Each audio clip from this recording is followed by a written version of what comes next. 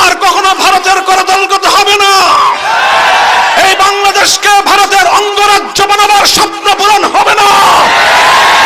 কট্টরপন্থী হিন্দুত্ববাদের আখড়া বাংলাদেশে পরিণত করতে দেওয়া হবে না।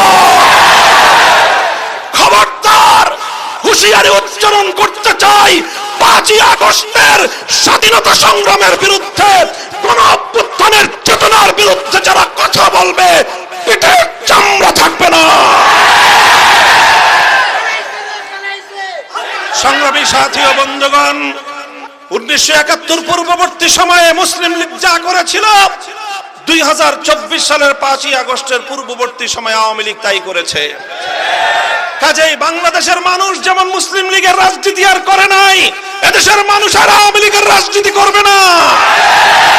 আওয়ামী লীগের রাজনীতি মানুষকে হত্যার রাজনীতি, আওয়ামী লীগের রাজনীতি লুটপাট আর দুর্নীতির রাজনীতি, আওয়ামী লীগের রাজনীতি সাম্প্রদায়িক উস্কানি দিয়ে সাম্প্রদায়িক সংঘাত তৈরি করবার রাজনীতি, আওয়ামী লীগের রাজনীতি গুম আর খুনের রাজনীতি, আওয়ামী লীগের রাজনীতি আমার তাগড়া তাগড়া যুবক সন্তানদেরকে মায়ের বুক থেকে কেড়ে নিয়ে গুমের রাজত্ব কায়েম করবার রাজনীতি।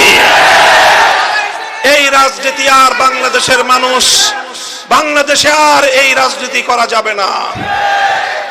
5ই আগস্টের এই বিপ্লবকে, বৈষম্য বিরোধী এই গণ অভ্যুত্থানকে এদেশের মানুষ বাংলাদেশের দ্বিতীয় স্বাধীনতা হিসেবে চিহ্নিত করেছে। আমিও বলতে চাই, 2024 সালের 5ই আগস্ট অনাগত ভবিষ্যতে এদেশের মানুষের জন্য মুক্তির মাইল ফলক হিসেবে বিবেচিত হবে। 5ই আগস্ট আগামী দিনে হয়তো বাংলাদেশের মুক্তিগামী জনতার চেতনার একটি বাতিঘর হিসেবে জ্বলজ্বল করতে থাকবে। হয়তো আগামী দিনের প্রজন্ম 5ই আগস্টের বিপ্লব থেকে তারা বিপ্লবের চেতনা শিখবে।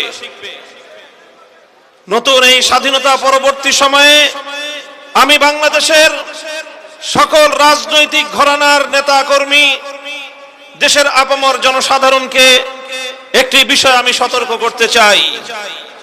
1971 সালের রক্তক্ষয়ী মুক্তিযুদ্ধের মধ্য দিয়ে যখন বাংলাদেশের মানুষ স্বাধীনতা অর্জন করেছিল, স্বাধীন বাংলাদেশের অভ্যুদয় ঘটেছিল, 71-এর পরবর্তী সময়ে কিছু দুঃখজনক বঞ্চনার ঘটনা সংঘটিত হয়েছিল। 1971-এর স্বাধীনতা অর্জিত হয়েছিল ইসলামের কথা বলে, 1971-এর স্বাধীনতা অর্জিত হয়েছিল জালিমের বিরুদ্ধে মুসলিমের অধিকার আদায়ের সংগ্রামের নামে, 1971-এর স্বাধীনতা অর্জিত হয়েছিল এদেশের স্বাধীন মাটিতে কোরআন সুন্নাহ বিরোধী কোনো আইন প্রণীত হবে না এই অঙ্গীকারের মধ্য দিয়ে।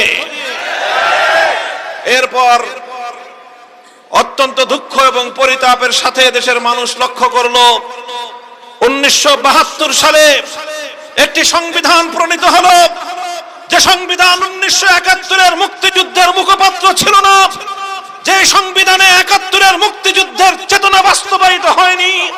1972 সালের সংবিধানের মধ্য দিয়ে মূলত আমাদের পার্শ্ববর্তী বন্ধু পরিচয় দানকারী প্রভুত্ব ফলানো ভারতের চাপিয়ে দেওয়া প্রেসক্রিপশন বাস্তবায়িত হয়েছিল।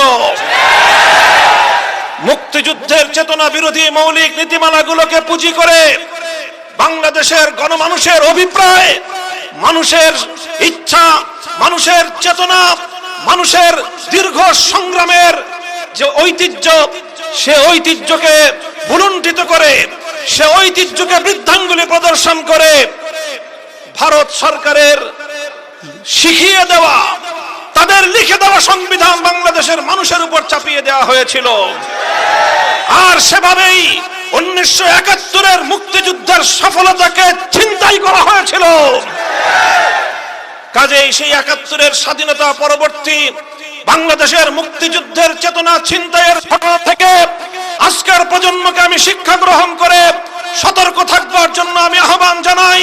তোমরা পাড়ায় পাড়ায় দুর্গ করো, তোমরা পাড়ায় পাড়ায় পাহারাদারি বসো, তোমরা মসজিদে মসজিদে ধর্ম মত নির্বিশেষে সমস্ত জনগণকে নিয়ে ঐক্যের প্ল্যাটফর্ম করে সংগ্রাম পরিষদ গড়ে তোলো। 5ই আগস্টের বিপ্লবকে যদি কেউ চিন্তাই করতে চায়, এদেশের ম্যাক্সিমাম জনগণের চিন্তা চেতনার বিরুদ্ধে যদি নতুন কোন ষড়যন্ত্র দামাবেদ দিয়ে উঠবার চেষ্টা করে, তোমরা সেই ষড়যন্ত্রকে রুখে দেওয়ার